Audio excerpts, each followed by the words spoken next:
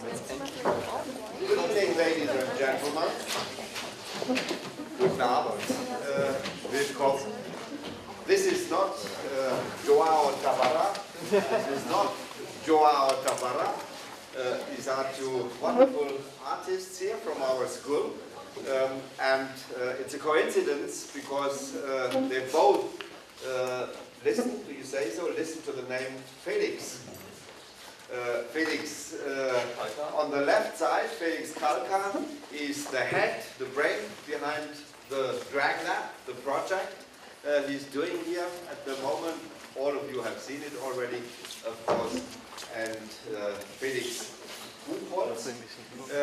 he's the one who was his object of art and desire today and made him to what he is.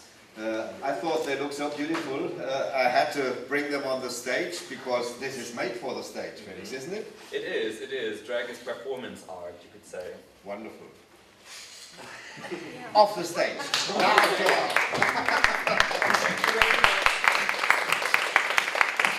thank you. Joao Tabarra, it's a great pleasure for me to introduce you tonight. I told him already I have quite a heavy cold. I called it in one of these ICE trips we are doing here permanently when we are working in Karlsurhe. But I try my best and I make it very short. As most of you know, Joao Tabarra is our not so new professor anymore, following the professorship which Isaac Julian had before. I think before it was called simply video art. Now you both transform it in a special sense. Both means Omar Fast, who will be introduced soon here on the stage in a few weeks, and Joao Tabarra. Joao had already taught last summer as a substituting Vertretungsprofessor. Since October he is working with the students, sharing this professorship with Omar Fast. He chose the title, the name for his professorship, Moving Image, which as far as I perceive it is a very generous concept to somehow embrace your different forms of expression. Joao is not working in a very narrow framework, limited framework, but in a very generous framework, artistically working with performance, with performed sculpture, with video, of course, but also with photography. He had many exhibitions with artistic photography, with film, with public experiences, with different formats, and perhaps the moving image in the double sense of the term, the time-based image and the image which is moving others, is the sense of this generous label. When we looked at, I remember that very well because this was my first commission here when I came to Karlsruhe. I still was a guest at that time. I wasn't even rector of the school. I remember very well when we looked at Joao's work. Afterwards I asked Dieter Selin to give me the recordings because I wanted to look again at some of your performance and films. I was deeply impressed for many reasons. Joao Tabarra, if I may sum it up in this way, is a very strong, radically experimental working person, but what impressed me mostly was his wonderful poetical gesture and what is very seldom in the realm where we are moving when we say we are media artists or some people are media artists, a wonderful poetical form of humor, of irony, which is going through all your work. For myself, please excuse me For myself, I formulated that your work for me has a wonderful Buster Keaton effect, which is a huge compliment because Buster Keaton is one of my biggest heroes in film history. There have been a lot of exhibitions worldwide with Joao Tabarra's work. He's internationally well known, and there are quite a few catalogs, books, texts written on him. In this wonderful catalog from 2014, you can read them listed. Also a very extensive bibliography with texts about him.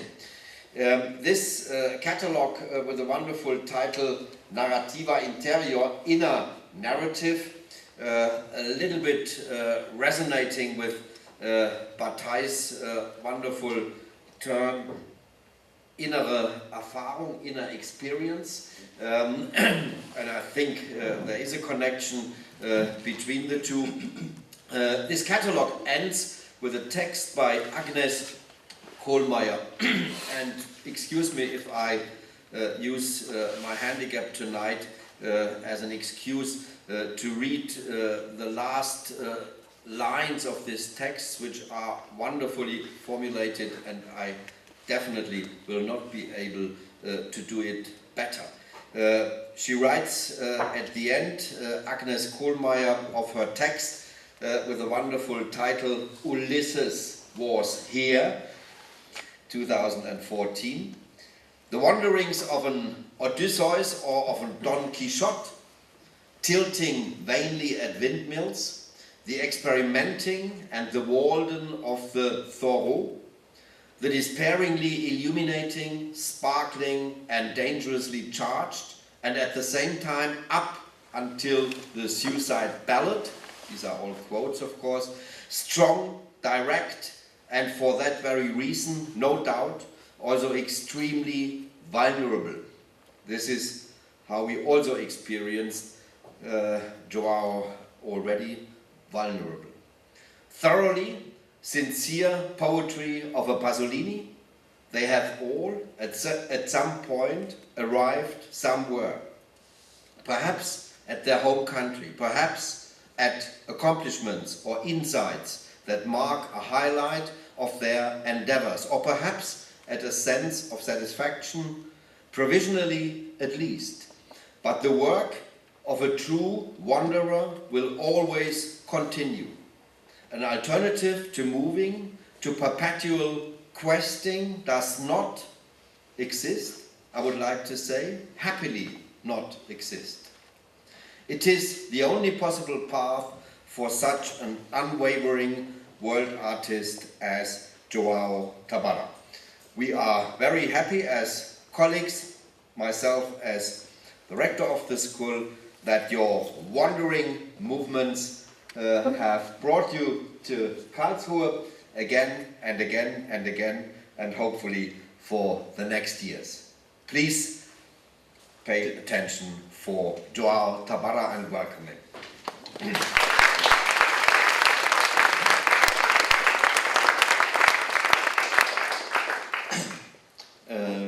Okay, first of all, I would like to say thank you for the opportunity and the invitation to be here, and also to thank you that you are there and you come to share this little time with me. It really means a lot. When Mr. Zolinsky wrote me about this opportunity to do a lecture, I really did something that I will not present today. I start to write something very differently, very direct, much more with the work I'm dealing with my PhD, which is a biotope investigation. But after my experience in the school and my experience with professors and with the students, I took the liberty to present myself and present some of my works. Of course, some of the films are completely cut it because it's too long, you know, 2 hours, and it's not possible. But what I really wanted to divide it into phases is the first part. I will show you some of my works, and I did it in purpose to include because I mean I was kind of expecting that the students come, and they come, so thank you. But because I really think that I wanted to share some works that you will see that have the same questions you have at this moment, they are not, I mean, I'm not ashamed of them, I will present them, but they were works of someone that was starting, and so they were not so complex, and this, I think it's important for me as a teacher to be able to share with everybody, and particularly with the students, that sometimes there is this kind of scare to say that I don't know yet, and I didn't know yet, and you will see some evolution. But I can tell you that I'm 50 years and I didn't know. I still don't know yet, and the doubt. That is that some of you know that I insist very much that a doubt is already an idea, and it's something to work with. It's something that makes you do another work and another work, and will create this net of what I think it's the net of our net of how can I say, of working, of maturity, and for instance, I remember that one day when I did this really naive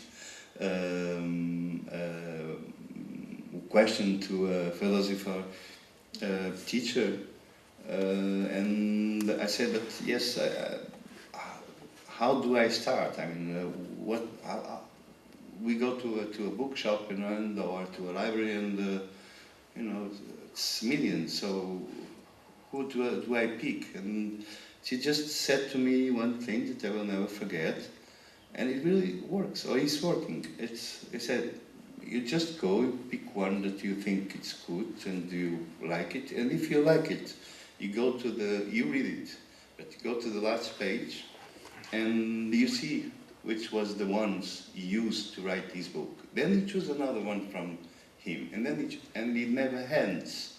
And there you have your net of knowledge, and your net of context, the base where you can work with.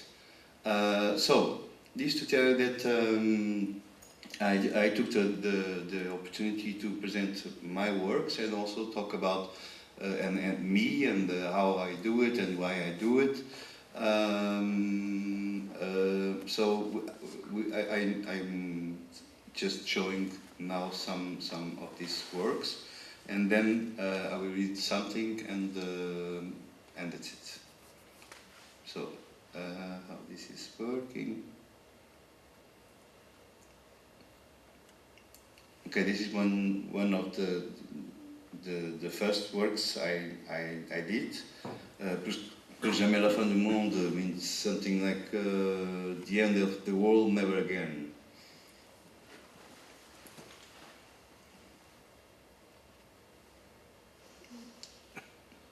This, as you can see, it was made in 1994 or something like that. So I was really young, and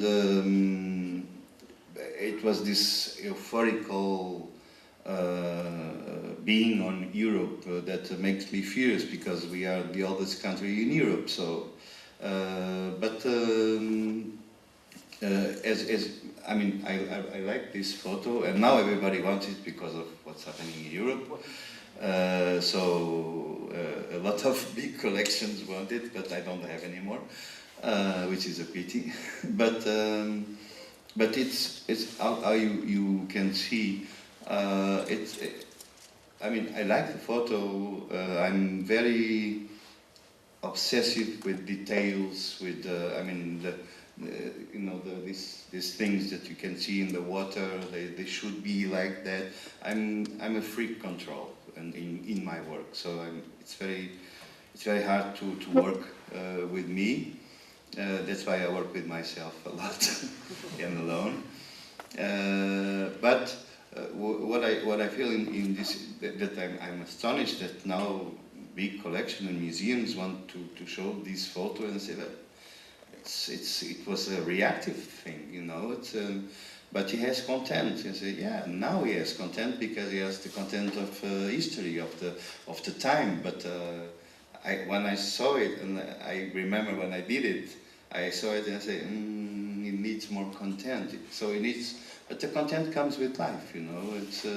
That's what it's supposed to happen also here in the universities.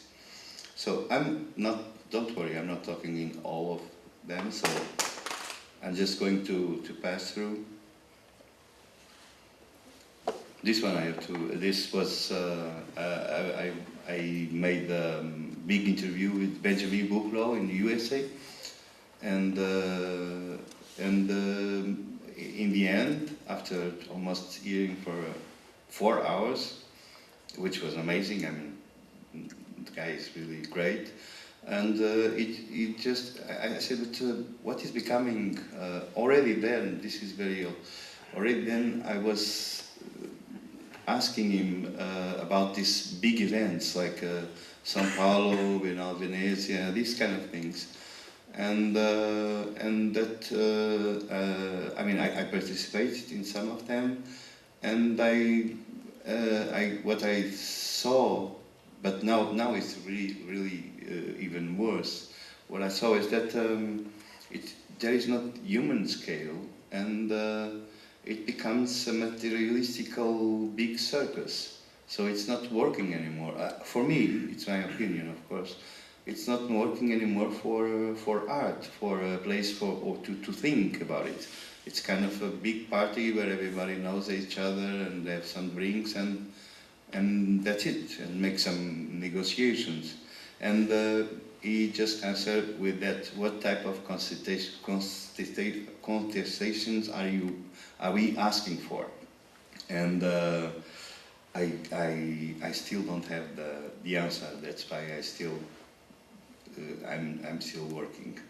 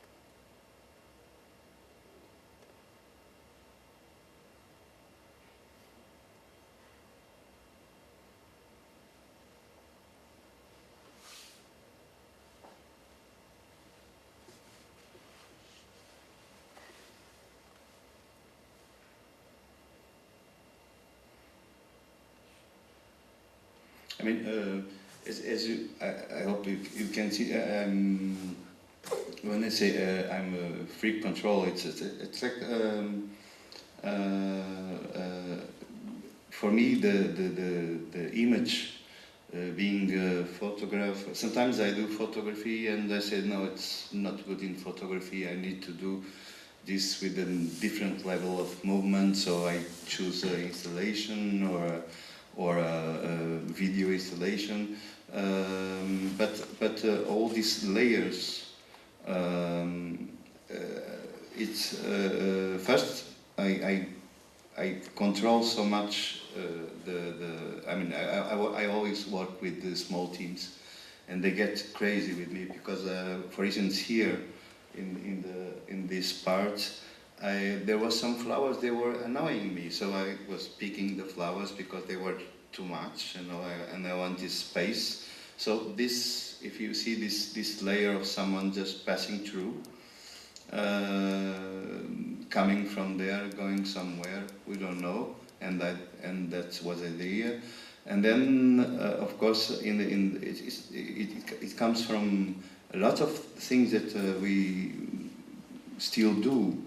Come from the very starting point of the masters of the painters in composition, and just the atmosphere is different and what we do is different, but the line of fugue, I don't know how to say line of fugue in English, I'm sorry. But the lines that put it together, the way that we read, I mean, we read a landscape, the working in layers, and like for instance, this if you know the Renaissance paintings, they always have in somewhere. In the really back of the painting, a castle or a city that we relate it to, but to give scale. So I also did that there. So my way of working, it's really to be very, very detailed, but in a way that people don't notice. I mean, I don't want people to go and say, "Oh, see here." No, it's just to apparently show a very simple thing to do, which was not, but in the way that people. There is this philosopher I like very much. It's that he talks. It's Alain Badiou. He talks about the happening in art, and there's something that always was very important to me, was that the happening in art is something he explained. Of course, I'm explaining. He has 3 books to explain that, so I'm making a phrase. When art happens, it happens in the spectator, in the observer, in the public. And what is amazing, and I think it's beautiful, because the author never knows when it happens, because it erupts. It erupts in you, in the public. We cannot control it. We should not control it, and we cannot control it, and we never know when it happens. But that's for what we also work.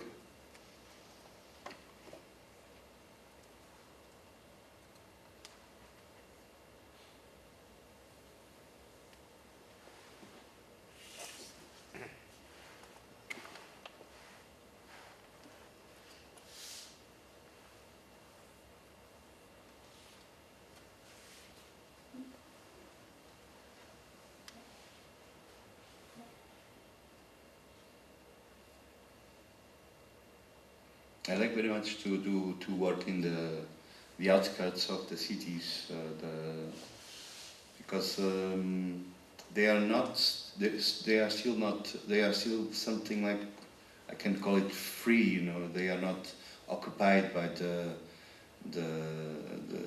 you know, there is no design handles and coffees and music and everything. There is something that it's not resolved, so it becomes not, for me it's not cold, but it becomes something that it's almost organical, that as a space of a field and a territory of where I can develop my work.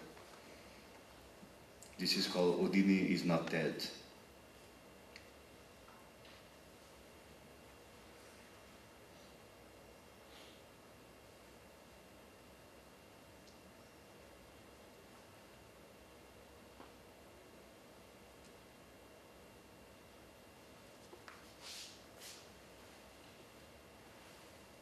This is my self-portrait, by the way.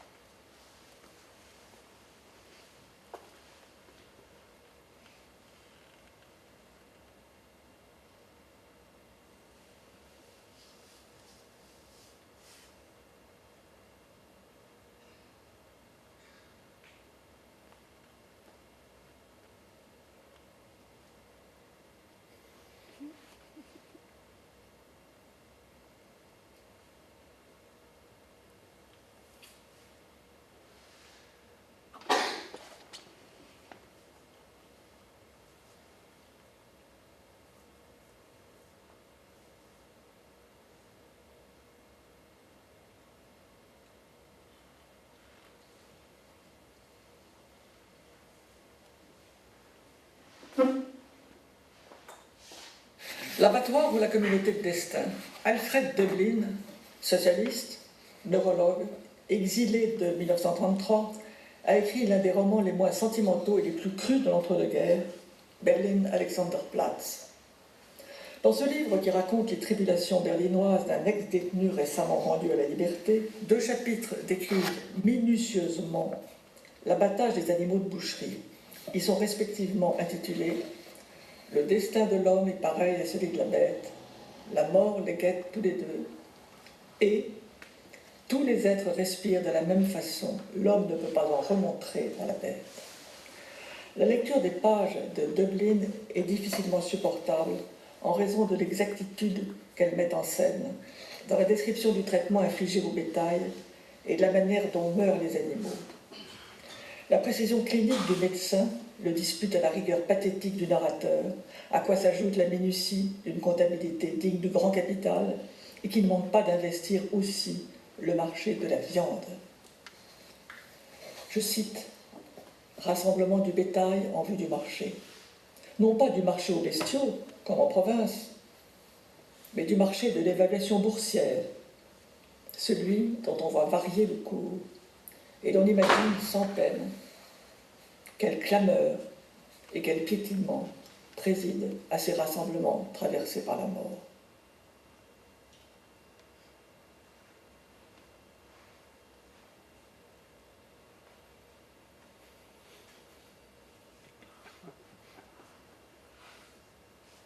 Sorry. It should work.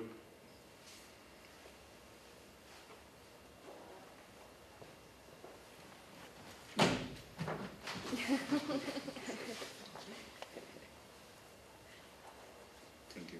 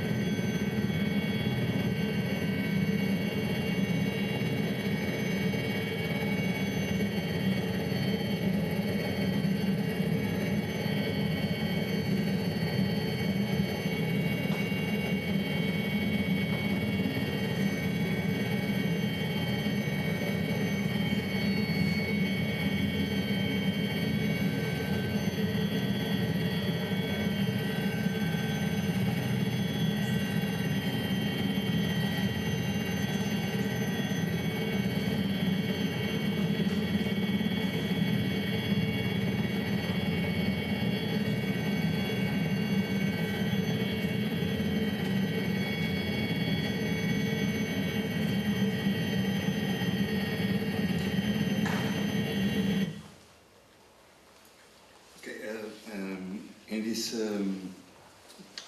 particular work, it was in loop, so it was. It took me more than 3 years to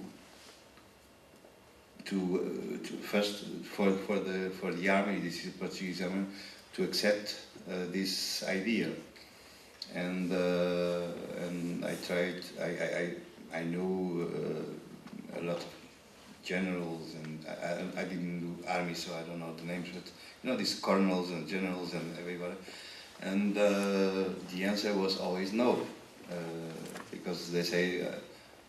I was trying to, you know, to say no. It's someone that needs to be saved in the water, more organical, more, you know, the sea. But then I want you to put him in the pool and then get me back and put me again. And then it goes like this.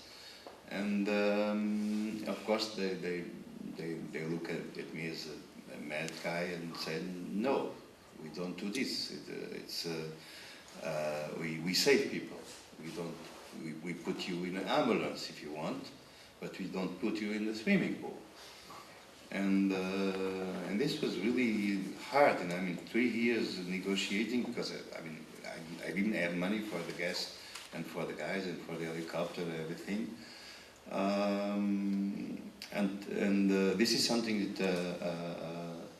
I'm talking because I think it's very important, and in my seminars and classes and private meetings, I always insist on talking on the mediation, because sometimes, for instance, here you are not talking with a curator, you are not talking with someone that really wants to know about your work, or no, they are very technical, they just want you to know what you want to do. And for them this was unacceptable. Until one day I remember, I will not sing, don't worry, but I remember a very old song from Portugal with something like I'm always good where I'm not. So, and I sing for the general, and he was like, oh, okay, I understand now, yeah, my daughter likes that song, and that's how I get it. So, but, I mean, it's a kind of a joke, but it's a true real story. But it's very important that we as students and artists that never, and don't forget that, I mean, after and during the works we are doing here in the university, I mean, the university it's for me and I hope for you too. It's a protected environment. You know, we are protected. We have materials, we have teachers, we have persons that can give you advice. But then the world outside, you know, in the real life, we really need, and I think it's very important that we learn how to talk with any kind of persons, because we have to, we cannot go, for instance, to the army, as I did, with theories. You know, they don't give a damn, sorry about the word, but they don't give a damn about theories. They just want to know why but if you want to be saved, why then you want to go again to be a naufrag, and it's an ongoing naufrag. That's what we are, and they say, no, I'm not. And but then in the end, I could make the film. Well, this was just to say that it's really important that we during the process of getting together work and there is the theoretical part, of course, that is absolutely important. Think first, do after. But don't forget, and it's even good to learn how we have to deal with the outside world. And the outside world, we have to deal with a long range of persons who are not artists, and this is not an accusation, it's that like life is, they are not even interested in what you are or what you do. They want you to, you need something, you want to buy something, or else. And so, but this kind of preparing for production, preparing for real life, I think it's really, really very important. And that's why I know some of my normal students are here, and that's why I insist very much on this point, you know, because one day you go out there and you need to be also prepared in this area. It makes part of the contest. If not, you will don't do nothing.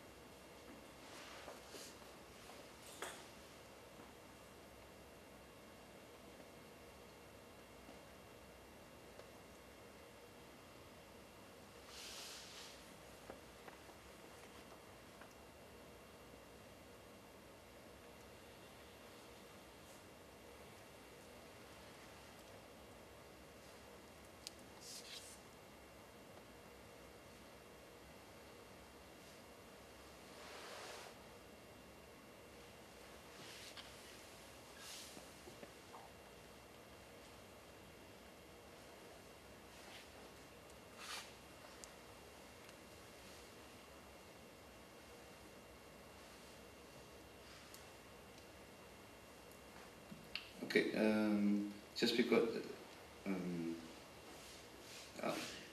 Tilman, what did I do? I just want to make pause. I'm sorry, I'm a PC guy, so yeah. Pause. Oh yeah, pause. Yeah. Thank you. So I just want very shortly. This capin, it's this creation. It's something. It's a work I did, an installation I did in 2014, and I invited again someone that she's my oriented in the PhD that I'm doing. It's Nicole Brenet, and I wanted to say that you will see. I wanted to count the time, and what she says, "Are you crazy?" Yes, I want someone to count the time because as Professor Zelinsky told before, and it's right. When Agnes Kollmeier and other people, there are always this very deep battle of ambiguity in me and paradox, but very linked to poetry. But poetry is, I think, poetry it's a real battlefield. It's you know, it's wild. It's a world. And we should enjoy it and participate on it. So this as you will see, just a little part because it was a big movie. Film. I tried to do it with. My idea was to put two human beings, a couple, in the certain age, and to show the fragility and the time passing, and I wanted to count the hairs, the white hairs of each other, but at the same time, which I knew it was impossible, but then also because I wanted to then find other ways. Maybe you do it like that, you know? And of course, this is very linked to what I'm still studying to the PhD. It's this animality that is in us, this capacity that we have to search for solutions, and also something that is for me very poetical but very beautiful in a way. It's that yes, we are fragile. So what? I think our strength comes from our availability to reveal our fragility with sincerity.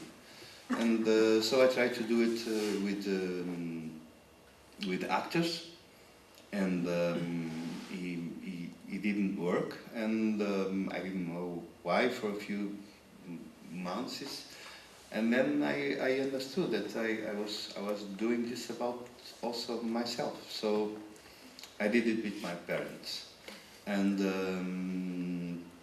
so this is still a little bit hard for me to see, because just before coming here to present my work, 1 week before my father dies. But I already put it on the presentation, and so it's very deep for me in my heart. And I tell you just this little story that my gallerist in Lisbon, in Lisbon, he was getting crazy with me because I couldn't. I mean, I was with the art disc until people were walking into the gallery, and I say, I cannot. It was very deep moment for me, but now now I can see it with some distance, but I think you will understand. This also, I filmed alone. I tried to film with the team. And then I said, no, just put the lights, the most simple, and I want to be alone. They are my parents. I don't know nobody here. And it was a moment really tough, but it makes me tougher also. And so I wanted to share with you, and the voice you hear is mine. What I do to achieve this discrepancy, discrepancy between the voice and the image and the action, was that I saw the film a lot of times, but then I closed myself in the studio and just make kind of a report of what was happening. And amazingly, sometimes it really, I'm saying what is happening at the moment. Sometimes you will not see, because I just chose a little part. Sometimes I'm announcing what is coming, and sometimes I'm already talking what is passing. And all of this, it's what it is. It's very linked to my idea of the cosmos and the universe, that's where we belong.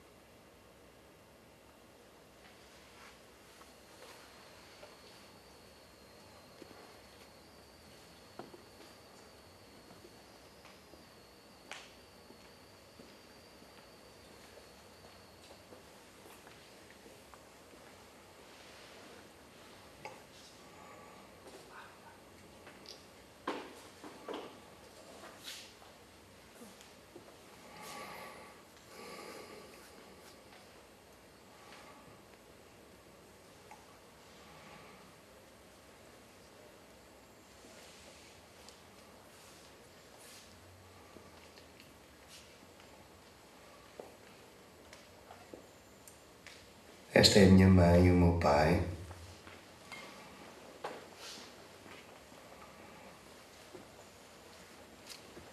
Que estão a fazer uma tentativa que me parece impossível, uma tentativa de contar o tempo. Estão a contar os cabelos brancos um do outro e a contar ao mesmo tempo.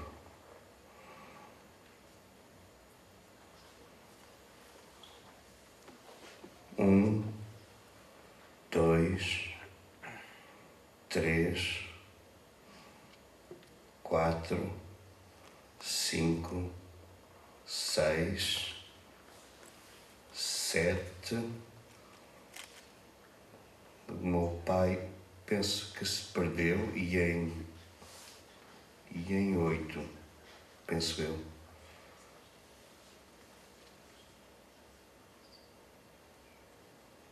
A minha mãe continua e insiste. 34, 35, 36, 37. Agora parou.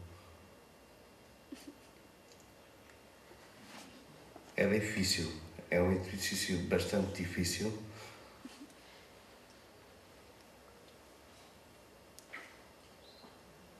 Penso mesmo que será impossível. Estão a contar o tempo, estão a contar os dias que estiveram juntos, que estão juntos.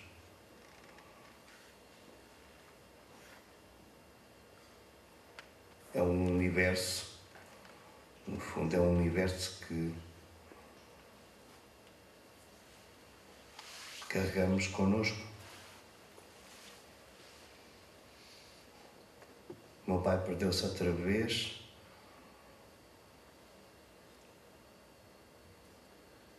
A minha mãe vai em 56, 57, 58, 59, 60, 64. Enganou-se. A minha mãe diz, enganou-se, espera aí que já me enganei. O meu pai não ouve.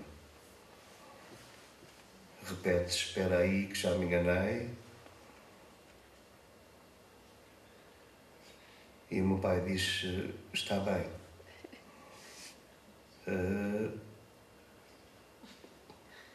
Penso que vão, sim, estão a tentar outra posição.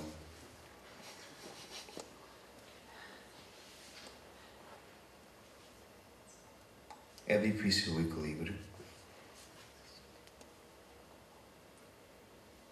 É penoso ver e assistir à fragilidade.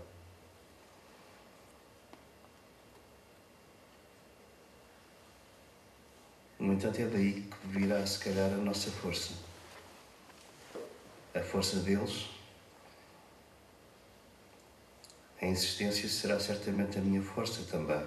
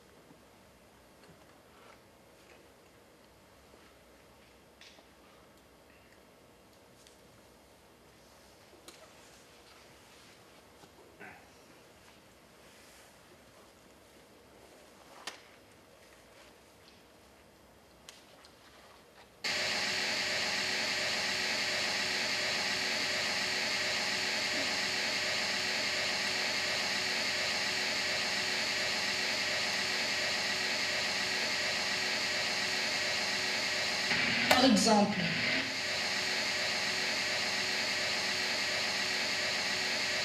le cinéma aussi, c'est devant et derrière.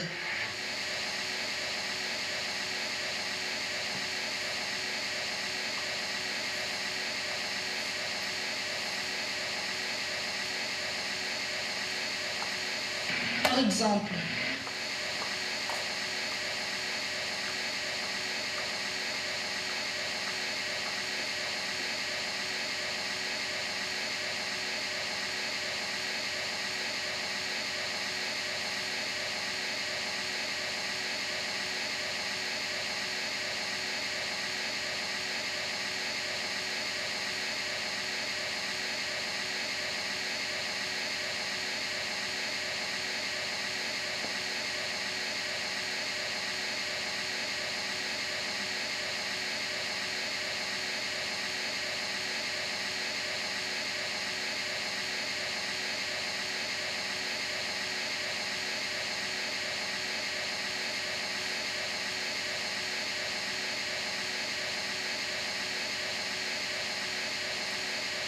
c'est un paysage ou une usine?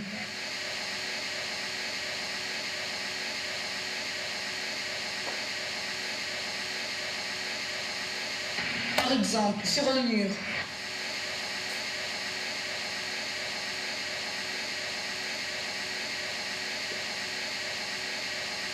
C'est un mur entre quoi et quoi?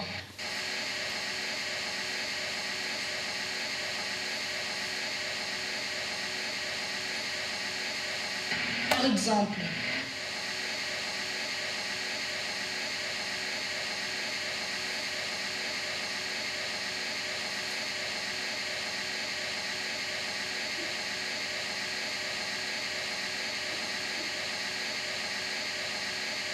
il montre ça.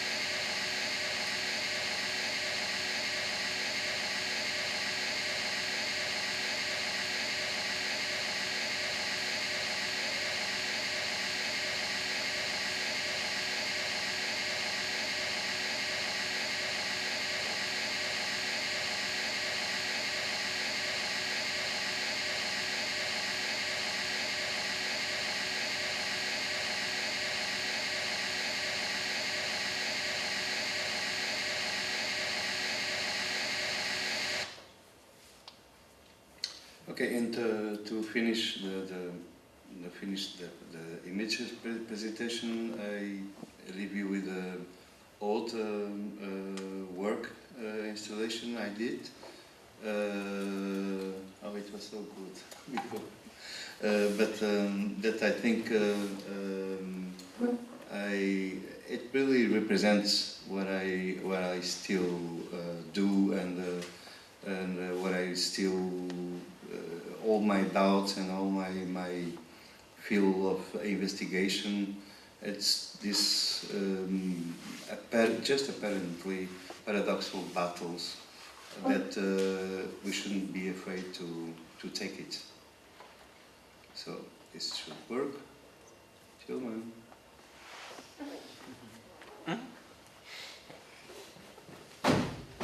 Is there?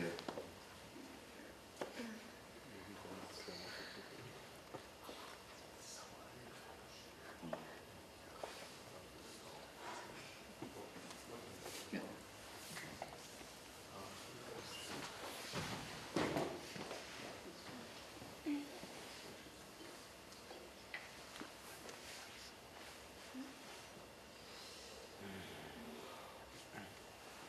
I think I do this battle every day.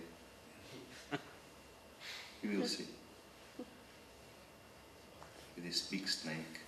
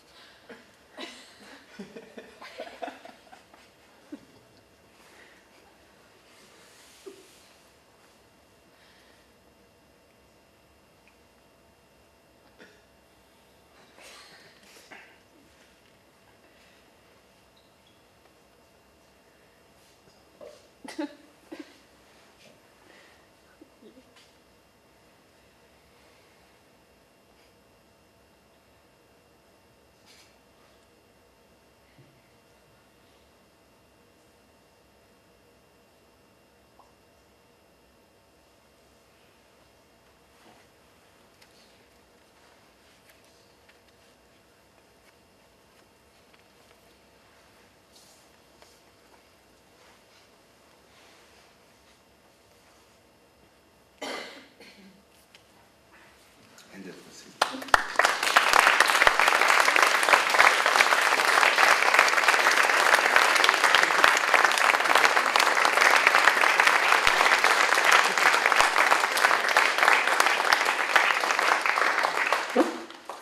Thanks a lot. Joao, do you take some questions and some comments? Is that okay for you? I would like to read something. Oh, if great. there is still time, I don't want to Fine. be boring. Just very so to contextualize not to explain, should never explain the works to the public, but to contextualize what is my field of investigation and my doubts. So I write it kind of in the storyteller way.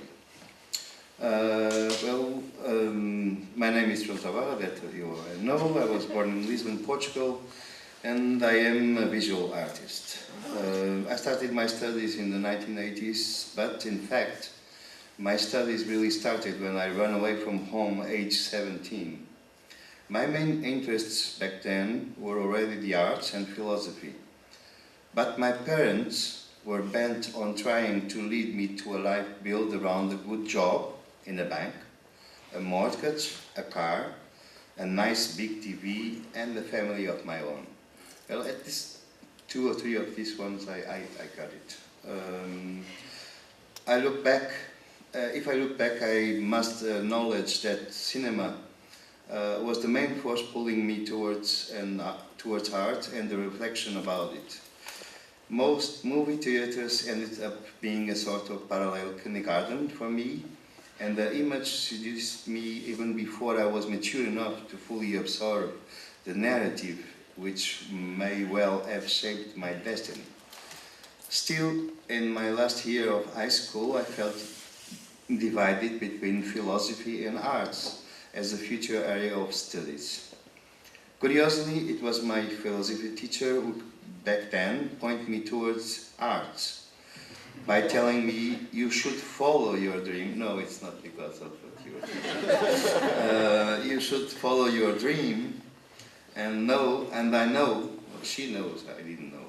I know that you will keep reading, and I know you will come across philosophy on the way to your heart, or it's not art at all. And she was right, I guess, and I remain very grateful to her. I chose to join the art school and not a university. After I checked what universities back then could offer me, on the one hand, and would demand of me on the other hand. The choice not to go to a university was quite easy, I assume. I enrolled in photography studies, and while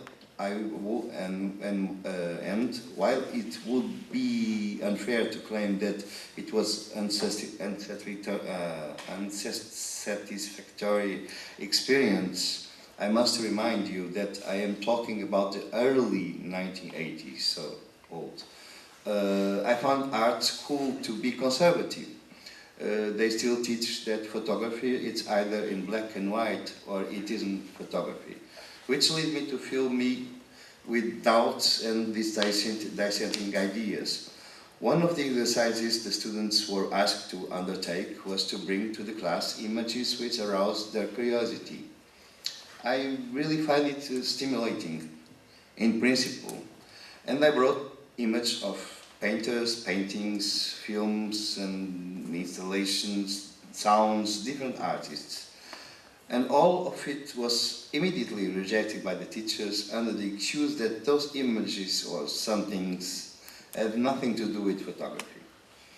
As I was as stubborn then as I am now, and I decided, okay, I escalate the fight. And so the second time that I knew it was the last time, I brought poems, I brought political speeches, music, and it all ended with a very polite invitation for me to abandon school.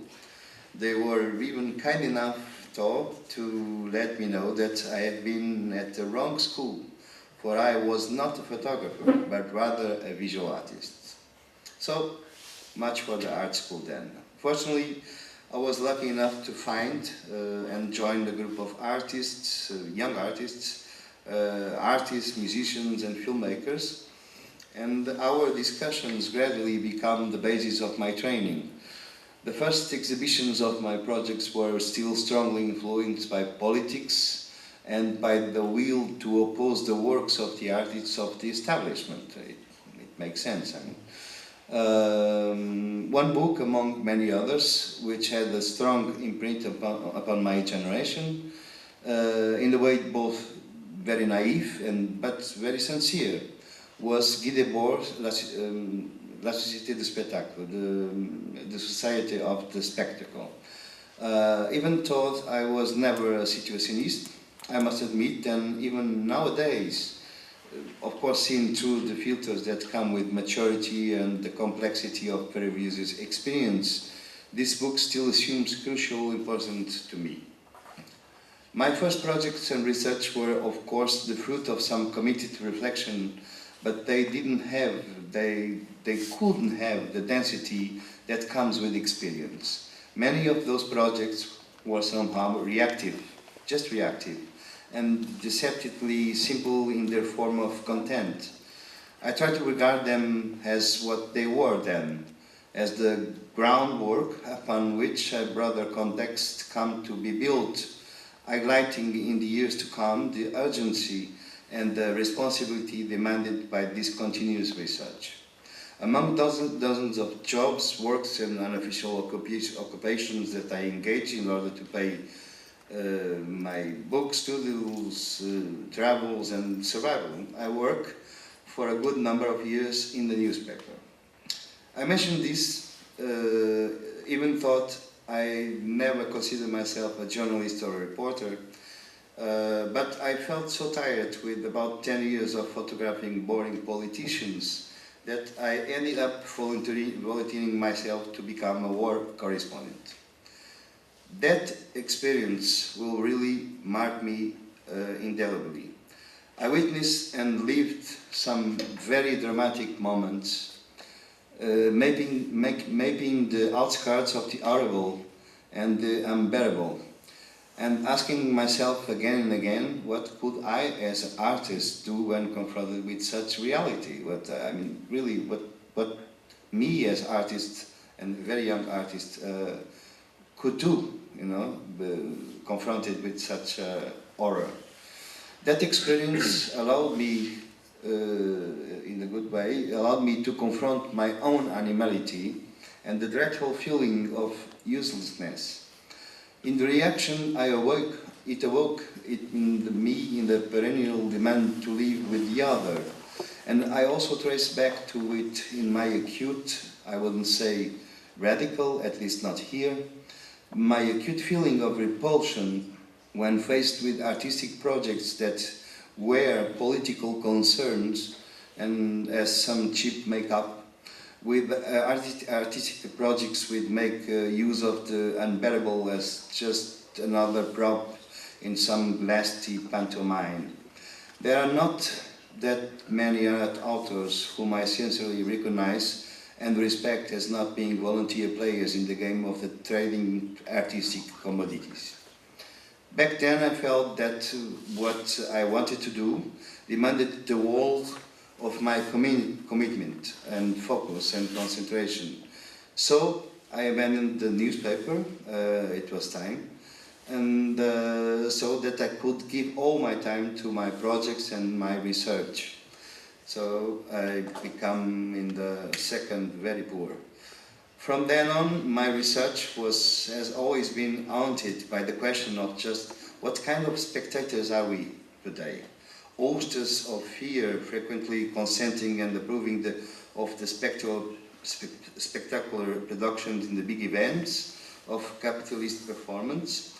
I wonder if such events are not in themselves the effect of the spectator alienation, as if it was the dead rattle of the spectator, or even if not, the humanity itself. Allow me to quote Maria José Monzain in my own unofficial translation. Always one of power's well-known recipes for bureaucracy and iconophobia has become the industry of the terrifying spectacle at the service of strategical ends and as means of legitimation. It is not mandatory to resist this kingdom of dread and to produce the signs which allow us to share the unsteady variety of world's appearance and disappearance, which makes the image a matter of freedom and the pleasure without crime or constraint. This was a question. I also would like to quote Walter Benjamin into something that really works in my mind all the time. In the question raised by Walter Benjamin, what constitutes the poetical core of the work, which lends its final form, by determining in the final pure way, which is the task of the poet. And what does it build the freedom? In what way it does build the freedom of the one to whom it is addressed? We can address this very same question to the image itself. What constitutes then the task of the producer of the image, when that producer shapes the image in the form of the one to whom the said image is addressed? Again, I have a little assistance from this nice Walter Benjamin once more in coming up with a possible answer from him, in a sentence which has been a great influence for me. The courage. The courage which, as one understands, is deeper and deeper, becomes less of an individual trace of character and more of a relation between the man and the world, and between the world and the man. In my work both on photography and films, I try for my performance to accomplish an arduous function where irony seems to be a connecting thread in vexed relationship between reality and real, sometimes in a very apparently banal situations. There is a strategy and a stately quality which I search in the way thus renders very ambiguous field. The indexical value that as an artist I hold in relation to the world is pursued, constructing not such an effect of truth, but rather the possibility of tangibility. However, the self-consciousness of this construction allows me to manipulate the reference in such a way that it produces an ambiguity in relation to the original and from the foundational truth of the classic that has been in image. I always insist that in my projects, are constructed also as allegories that both truncate and complicate the process of signification and indexation inherent in photography and film. The humor and the strangeness that they insinuate may unleash an oscillation of signs, the signs they manipulate. exposing in that very episodic quality of that invokes the banal, a dimension within the field of the political or even biographical. I'm concerned with the rhetorical formulas of the imagery of image, with its role as the visual document of a human wish or of a set of expectations within contemporary conditions. Conscious of the ways in which capitalism submits such images to a mercantile reification emptied of their potentiality, and aiming to recover the real in this total with the truth, and in the matter of even if cynical perverting classical philosophy. Now, it is precisely with the wish to give meaning to the world or to politics that I risk to say, it's a doubt. I risk to say that philosophy somehow has always lost the real. And it is in this transformation of the real into image that capitalism separates practical potentiality from action. George Agamben observes that in the figure of in one book that I took this part, the figure of this world separated and organized by the media, in which the form of the state and economy are interwoven, the mercantile economy attains the status of the absolute and irresponsible sovereignty over all social life. The situations reenacted in my works almost always reveal an impasse and more than a surface irony, where the works claim the meaning slips away and a profound anxiety marks the articulation between the importance and the excess of the real. I tried to go so far as to argue and propose, above all, a concern with the process of sabotaging any sort of aspiration to the totalization of the symbolical order, or even to put in the other way an ontology that performs the act through the concept. In the one hand, the medium constitutes itself as the surface upon which the emergence of the real is inscribed. On the other hand, it coincides with this point at which fiction and place are articulated. Such articulation occurs through the meanderings of the subjects. Acts manifest themselves as ruptures and impasse, but may equally reveal themselves in the sudden flash of symbolization, which, in its detailed consideration, tends to present the false wild simultaneously, you know what I mean. Yeah, sorry. Simultaneously returning to us as a mere vestige of anxiety that indicates the real itself. In the broadest sense, this is what the possibility of the act means to me, the permanent exhibition of its non-inactuality.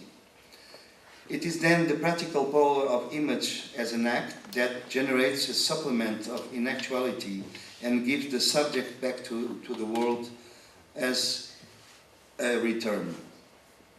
In this sense, my work privileges an opening up to the incident. To protect an examination of the possible conditions of freedom, if the event escapes any kind of determination of being, so unveiling the incident in the conjunction of the fictional act and place, we might interpret the meandering as search for this articulation. The image between being and not being will then be the one that never arrives. I seek to carry on this permanent questioning of image and of its power, disseminating that which knows no integrity or integrality or totality. I seek to carry on the study of image to the porous image, permanently open, infinitely malleable, assemblable, disassemblable. I seek to insist over its materiological presence, reinscribe it from the details which compose and decompose it to the ground that presents on the constitutive alteration. I seek finally to contemplate and to endlessly differentiate and to understand how an image works in the network with every other image. I want to think of everything. The image, what the image don't show, and everything they silence. We ourselves are nothing more than this continuous alteration, surely in what regards to changes which the future might bring, but mostly in the sense of perceiving the identity does not exist and that we are just temporary, mobile aggregations of our own states of existence. And so if I start my lecture as kind of a storyteller way, I would like now to propose to end it like ongoing under construction epilogue. There is no doubt in my mind that we in the HfG can and should create and operate in the space of shared territories, or, as I prefer to call, shared audiovisual territories. Operate in the field of the observer, in the territory shared with cinema technologies, new technologies, literature, video, essay, philosophy, design, time, space, gravity, I mean, all. Activating the potential spaces of reception, expanding as a very intensive experience using the new technologies that this new revolution already going brings in a way of tools that we can bring to the field of creation. Discuss how can we use this in new fields of political discussions and creations that are active in